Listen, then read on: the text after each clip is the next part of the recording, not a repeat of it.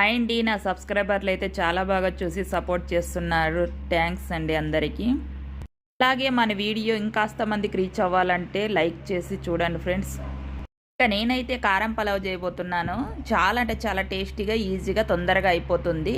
ముందుగా మనము పాత్ర పెట్టేసుకొని ఆయిల్ వేసుకొని బిర్యానీ దినుసులు వేసేసుకొని అలాగే పుదీనా కొత్తిమీర వేసేసుకొని ముక్కలు కూడా వేసేసుకొని అలాగే కొత్తిమీర పేస్టు అల్లం పేస్టు వేసేసుకొని తగినంత కారం కూడా వేసేసుకొని ఒకసారి మసాలాను బాగా మగ్గించిన తర్వాత నీళ్లు పోసేసుకోవాలి. అయితే 3 గ్లాసుల బియ్యానికి 4.5 గ్లాసులు నీళ్లు వేసానండి. అలా అయితే మనకి పలావ్ అనేది పొడి పొడిలాడుతూ వస్తుందనమాట. సాల్ట్ కూడా వేసేసుకొని ఒకసారి మూత మూసేయండి. చూడండి బాగా ఉడికిపోయింది కదా, పలావ్ అయితే మగ్గిపోయింది. ఇక వాసన అయితే గుమ్మగుమ్మలాడిపోతూ ఉంది. టేస్ట్ అయితే అద్దరిపోయింది. ముందు వీడియోలో చికెన్ వీడియో కూడా ఉంది, చూసేయండి ఫ్రెండ్స్, చాలా బాగా చేశాను.